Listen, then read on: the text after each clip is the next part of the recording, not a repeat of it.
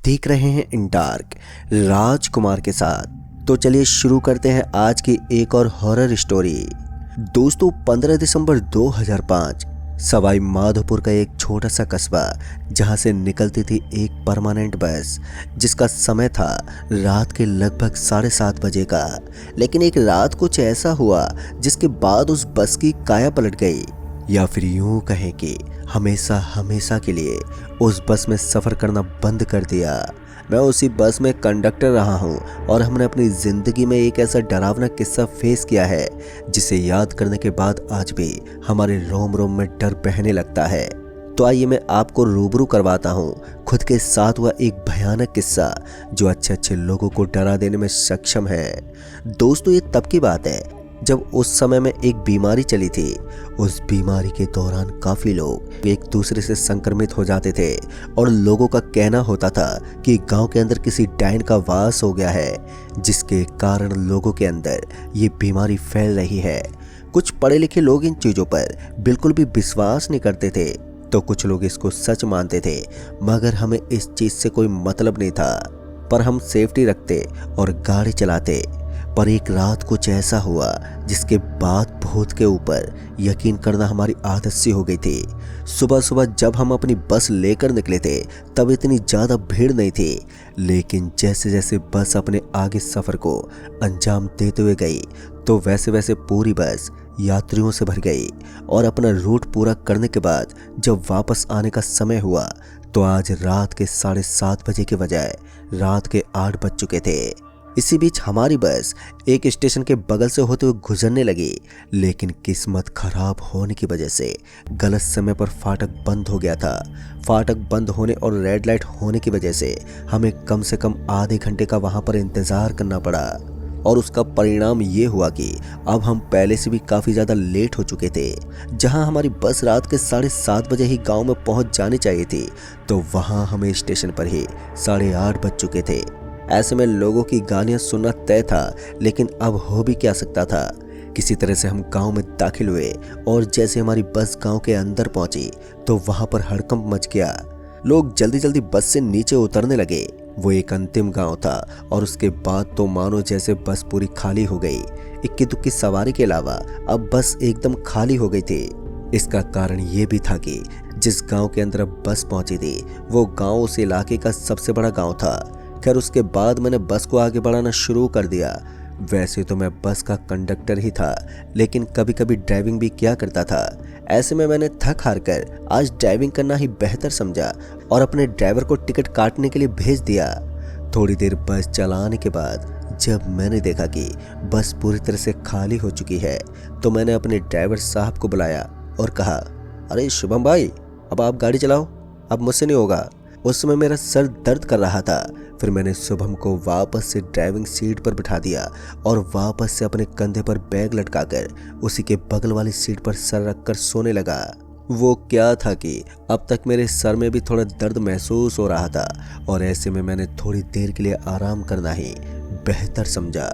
फिर थोड़ी देर के बाद जैसे मेरी आँख खुली तो मैंने देखा कि मेरा ड्राइवर थोड़ा घबराया हुआ लग रहा था। उसके माथे पर पसीना चमक रहा था। ऐसे में मैंने अपने ड्राइवर साहब से पूछते हुए कहा, अरे क्या हुआ शुभम भैया, आप इस तरह से घबरा क्यों रहे हो? मेरी बात सुनते उसने पीछे की तरफ इशारा किया, पर मैं समझ नहीं पा रहा था कि वो कहना क्या चाह रहे थे। इसलिए मैंने अपनी गर्दन को पीछे की तरफ घुमाया और फिर से पूछा, अरे क्या देखना है पीछे की तरफ? मुझे तो कुछ भी दिखाई नहीं दे रहा है। इतने में ही शुभम भैया ने जोर से बस के ब्रेक पर पांव रखा और मैं सीधा सामने वाले डिवाइडर से जा टकराया। मुझे अपने ड्राइवर की हरकत बिल्कुल भी बर्दाश्त नहीं हुई, इसलिए मैंने उसे गुस्से से बोला, अरे भाई क्या कर रहा है? गाड़ी को फालतू में ब्रेक लगाने की क्या जरूरत थी? मैंने अभी इतना ही कहा था कि तभी मुझे पीछे से किसी की आवाज़ आई। इस आवाज़ को सुनकर एक बार के लिए तो मेरे कान ही खड़े हो गए। मुझे ऐसा महसूस हो रहा था जैसे कि कोई महिला कुछ कहने की कोशिश कर रही हो। पहले तो मैंने इधर उधर देखने की कोशिश की, लेकिन मुझे वहाँ पर कोई दिखाई नहीं दिया। लेकिन फिर जैसे मेरी नज़र उस बस के 4 नंबर की सीट पर पड़ी तो मेरी आंखें फटी की फटी रह गई। वहाँ पर सफ़ेद साड़ी वाली महिला बैठी हुई थी और उसने अपने बालों को अपने चेहरे के सामने किया हुआ था। और बाल आगे होने की वजह से उस महिला का चेहरा मुझे कुछ साफ साफ नजर नहीं आ रहा था। लेकिन मैं इतना तो समझ गया था कि ये कोई नॉर्मल महिला नहीं थी, जरूर ये कोई अजीब सी चीज थी। इससे पहले कि मैं उसकी तरफ बढ़ पाता कि मेरे ड्राइवर ने मुझे रोकते हुए कहा, भाई साहब उधर मत जाना। मैं पहले आपको एक बात बता देता हूँ कि लोगों ने यहाँ पर किसी डायन के बारे में खूब चर्चा की है, और अगर ये कोई डायन निकली तो आज हम दोनों इसी के अंदर मारे जाएंगे। ड्राइवर की बात सुनकर एक बार के लिए मेरे हाथ पैर भी कपकपा उठे, क्योंकि मैं भूत पिशाच से काफी डरा करता था। मेरे दादाजी की कहानी आज भी मेरे दिमाग में बसी हुई थी, खासकर सफेद साड़ी वाली डायन की कहानी। वो आज भी मेरे दिमाग में सर चढ़कर कोहराम मचा रही थी। मुझे समझ में नहीं आ रहा था कि ऐसी हालत में मुझे आखिर करना क्या चाहिए। फिर इसी बीच मेरे ड्राइवर शुभम ने कहा, भाई साहब मुझे लगता है हम दोनों को यहीं पर बस को छोड़कर नीचे उतर जाना चाहिए। अगर हम इस बस के अंदर रुके रहे तो हम दोनों का हाल बेहाल हो जाएगा। वैसे तो ड्राइवर साहब का कहना बिल्कुल उचित था, लेकिन दूसरी तरफ मुझे अपने बस की भी परवाह हो रही थी। अगर मैं अपनी बस को यहाँ पर छोड़कर चला जाता तो बस के अंदर कोई भी गड़बड़ हो सकती थी, और ऐसे में मैं इस तरह का रिस्क उठाना नहीं चाहता था। ऐसे में मैंने अपने ड्राइवर से कहा, शुभम तुम एक काम करो, गाड़ी को आगे चलाते रहो। जैसे मुझे लगेगा कि यहाँ पर कुछ खतरा है तो हम दोनों समय रहते बस के दरवाजे से नीचे कूद जाएंगे। इस बार शुभम भैया ने मेरी बात समझी और उसके बाद उसने बस की स्पीड को बढ़ा दिया। पर जैसे जैसे बस की रफ्तार बढ़ती जा रही थी तो वैसे वैसे मेरे दिल की धड़कनें बहुत ही तेज हो रही थी। बस किसी तरह से मुझे ये रास्ता और इस गांव के सफर को काटना था, लेकिन समझ में नहीं आ रहा था कि आखिर आज मेरे साथ क्या होगा। थोड़ी दूर तक तो बस रफ्तार में चलती रही, लेकिन उसके बाद वो हुआ जिसका मुझे डर था। बस जैसे ही थोड़ी और आगे पहुंची तो अचानक से मुझे ऐसा महसूस हुआ जैसे कि किसी इंसान की गर्म गर्म सांस मेरे कंधे से टकरा रही हो, और उसकी वजह से मुझे अजीब सा फील हो रहा था। इतने में ही मेरी नज़र गाड़ी के सामने लगे हुए मिरर में पड़ी, और जैसे ही मैंने सामने लगे हुए मिरर में देखा तो मेरे पैरों तले जमीन खिसक गई। दरअसल मैंने देखा कि ये तो वही महिला थी, और इस बार उसके बाल उसके चेहरे से हटे हुए थे। पर जैसे मैंने उसका वो डरावना और खूंखार चेहरा देखा तो दहशत के मारे मेरे रोम रोम में खून जम सा गया। मुझे समझ में नहीं आ रहा था कि मैं करूं तो करूं क्या। मेरी सांसें ऊपर नीचे होने लगी और हिम्मत तो जवाब ही दे गई थी। और इतने में ही बस की हेडलाइट को भी ना जाने उस दहशत भरे माहौल में क्या हुआ कि वो भी एकदम से बंद हो गई। मेरे बचने के सारे आसार एकदम से टूट से गए।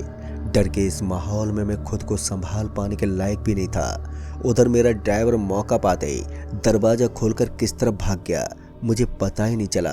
अब मैं अकेला ही बस के अंदर बचा हुआ था। फिर जब मुझे लगा कि मुझे भी अब यहाँ से निकल जाना चाहिए तो उसके बाद मैंने भी उस दरवाजे की तरफ अपने कदमों को मोड़ दिया। लेकिन मुझे ऐसा लग रहा था जैसे कि किसी ने मेरी शर्ट को पीछे से बहुत ही कस के पकड़ रखा हो, जिसकी वजह से मैं अपनी जगह से 1 इंच आगे भी नहीं सरक पाया। फिर मैंने देखा कि मेरे बस की चाबी अपने आप ही ऑन हो गई और अब बस अपने आप ही आगे बढ़ने लगी है। दोस्तों ये नज़ारा देखने के बाद तो मेरी आंखें फटी की फटी रह गई। मुझे समझ में नहीं आ रहा था कि इस समय मैं करूं तो करूं क्या। एक तरफ मेरा ड्राइवर मुझे छोड़कर भाग चुका था तो दूसरी तरफ मैं यहाँ अकेला भयंकर मुसीबत में फंस गया था। मैं मन ही मन भगवान का नाम जपता रहा और किसी तरह से फिर से उस बस से नीचे उतरने की मैं कोशिश करने लगा।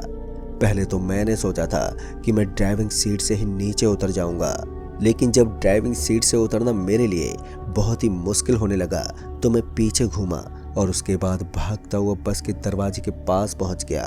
पर अच्छी बात तो ये थी कि इस बार मैं अपने कदमों का सही इस्तेमाल करके सीधा दरवाजे के पास ही पहुंचा था।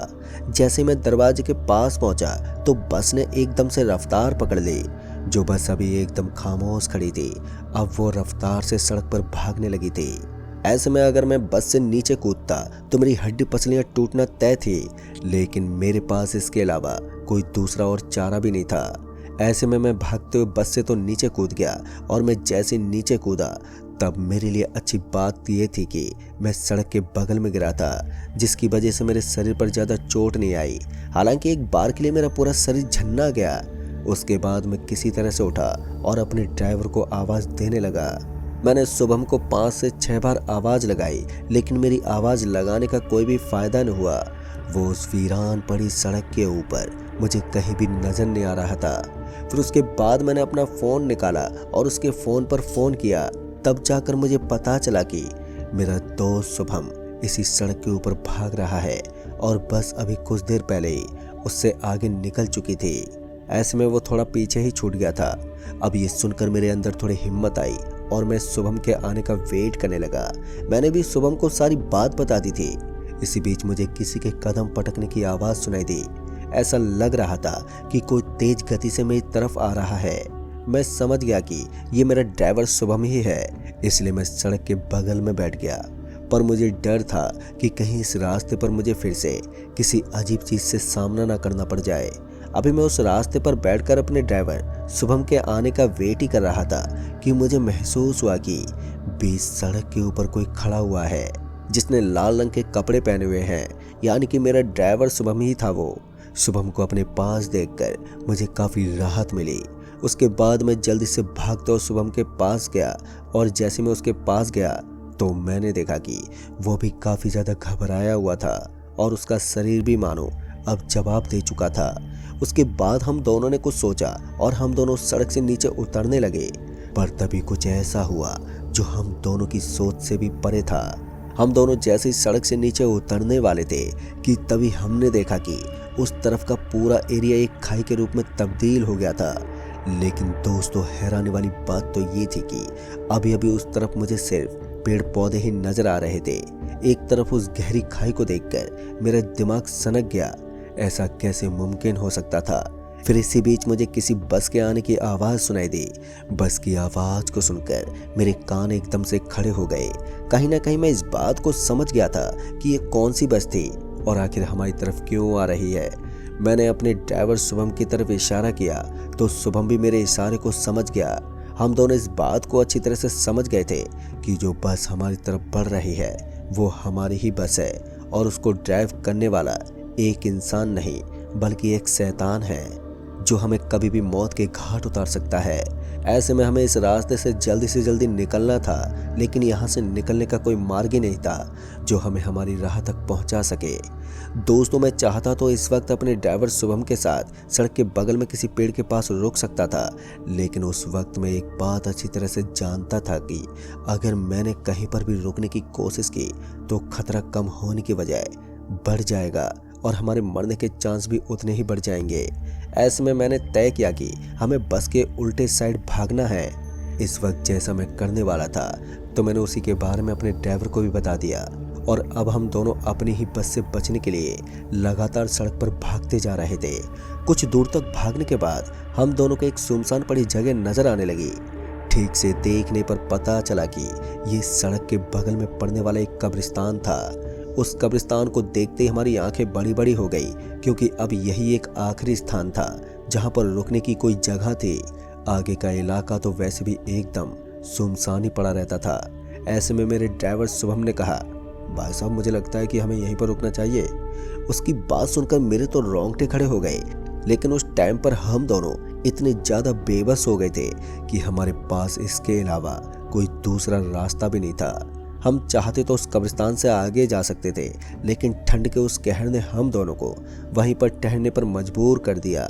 और उसके बाद में मैं और मेरा ड्राइवर शुभम उसी कब्रिस्तान के पास बने हुए एक छोटे से चबूतरे के पास पहुंचे तो हमने देखा कि उस चबूतरे के ऊपर ढेर सारे गेहूं के दाने थे। लेकिन अच्छी बात तो ये थी कि उस चबूतरे के एक साइड में हमें सर्दी बिल्कुल भी महसूस नहीं हो रही थी, इसलिए मैंने अपने ड्राइवर को वहीं पर बैठने को कहा। उस वक्त हम दोनों बहुत ही ज़्यादा डरे हुए थे और हमें हर एक मिनट को बिताना बहुत ही कठिन सा लग रहा था, लेकिन किसी तरह से वक्त बीता और उसके साथ ही धीरे धीरे वो समय आ गया जब रात के लगभग 3 बजने को आ गए। अब हमें यहाँ पर बस थोड़ा ही वक्त बिताना था। हम चाहते तो फ़ोन करके अपने किसी सहकर्मी को बुला सकते थे, लेकिन जितनी बार भी हम फ़ोन मिलाने की कोशिश करते उतनी बार ही हम नाकाम रहे। ऐसे में हमारे पास उस भयानक कब्रिस्तान के पास रुकने के अलावा दूसरा कोई रास्ता भी नहीं था। रात के लगभग 3:30 बजे के आसपास फिर से हमें ऐसा महसूस हुआ जैसे कि हमारे आसपास में किसी गाड़ी के चलने की आवाज़ आ रही हो। लेकिन जैसे मैंने ये सब महसूस किया तो मैं उस चबूतरे से चिपक कर बैठ गया। अब जो होना था वो सब हमें मंजूर था, लेकिन अब हम उस जगह से हिलने वाले नहीं थे। काफ़ी देर बीतने के बाद जब वहाँ की चहलकदमी एकदम से बंद हो गई, तब जाकर हम दोनों को चैन की सांस मिली। फिर उसके बाद जैसे ही सुबह का माहौल हुआ तो मैं अपने ड्राइवर शुभम के साथ कब्रिस्तान की उस जगह से बाहर निकला और हम दोनों ठीक उसी जगह पर पहुंचे जहां पर हमारी बस रुकी हुई थी। तभी हमने देखा कि हमारी बस तो वहां से 1 इंच भी आगे नहीं बढ़ी थी। फिर हमारे साथ ये हादसा कैसे हुआ, हम यही सब सोचते हुए बस के अंदर दाखिल हुए और बस लेकर वहां से निकलने लगे। तभी हमने ध्यान किया कि उस कब्रिस्तान के पास हमें एक आदमी काम करता हुआ दिखाई दे रहा था। मैंने अपनी बस को ठीक उसी के पास ले जाकर रोक दिया था और उसके बाद उस आदमी से पूछा, भाई साहब मैंने सुना है यहाँ पर कोई डायन घूमती है। पहले तो उस आदमी ने कोई जवाब नहीं दिया। फिर उसके बाद जब हमारे बीच में बातचीत हुई तो मैंने पूरी घटना का जिक्र उस आदमी के साथ किया। तब जाकर उसने बताया कि दरअसल वो डायन अपने तांत्रिक विद्याओं के इस्तेमाल से पहले गांव के बच्चों पर अटपटे काम किया करती थी, जिसमें काफ़ी सारे बच्चे अपनी जान गंवा बैठे। इसी के चलते जब गांव वालों को उसकी सच्चाई के बारे में पता चला तो गांव वालों ने उस महिला को उसकी झोपड़ी समेत जला डाला। मरते मरते उस महिला ने गांव को श्राप दिया कि वो पहले से भी ज़्यादा खतरनाक बनकर गांव को तबाह कर देगी। और हुआ भी बिल्कुल ऐसा ही। कुछ ही दिनों के बाद गांव के अंदर एक महामारी फैल गई। कहते हैं कि आज भी वो डायन आने जाने वाले लोगों को बहुत ही ज़्यादा परेशान करती है। और ऐसे में आप किस्मत वाले हो जिनको ना ही तो उस बीमारी को झेलना पड़ा और न ही उस डायन के हाथों आपकी मृत्यु हुई। दोस्तों उसके बाद हम वहाँ से निकल गए और फिर मैंने कभी भी अपनी बस को उस कबीले से नहीं निकाला जहाँ पर वो डायन घूमती है।